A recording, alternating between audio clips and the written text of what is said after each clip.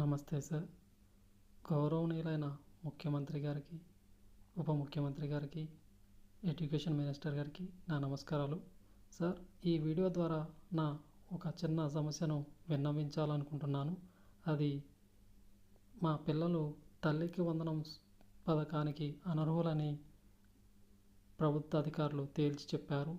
ఎందుకని అడిగితే, మీరు 1001 అడుగులు భూభాగాన్ని కలిగి ఉన్నారు, అందువల్ల మీ పిల్లలు అనర్హులని చెప్పారు.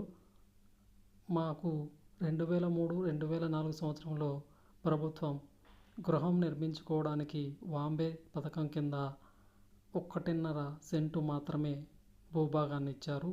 ఆ భూభాగంలోనే మేము గృహాన్ని నిర్మించి గత 22 సంవత్సరాలుగా ఉంటున్నాము. అంటే మాకు 1.5 సెంటు అంటే 632 అడుగులు మాత్రమే. కానీ మేము పైన ఒక చిన్న గదిని నిర్మించుకున్నాము. ఆ గది ఎక్కువగా అయినందువల్ల మేము అనర్హులమని ప్రభుత్వ అధికారులు చెబుతున్నారు.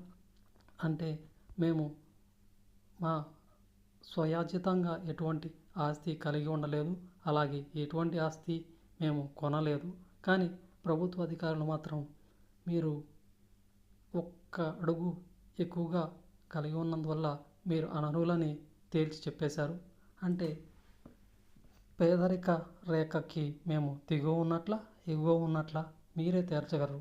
అంటే ప్రభుత్వ భూమి కలిగి ఉండటమే తల్లికి వందనం పథకానికి అనర్హత కారణమా? మీరే నిర్ణయించగలరు. ఎందువలన అంటే మేము ఎటువంటి సంపాదించిన ఆస్తులు మేము కలిగి ఉండలేదు. అంటే మేము ఎటువంటి ఇతర ఆస్తులు కలిగి ఉండలేదు. కానీ మేము అనర్హులమా?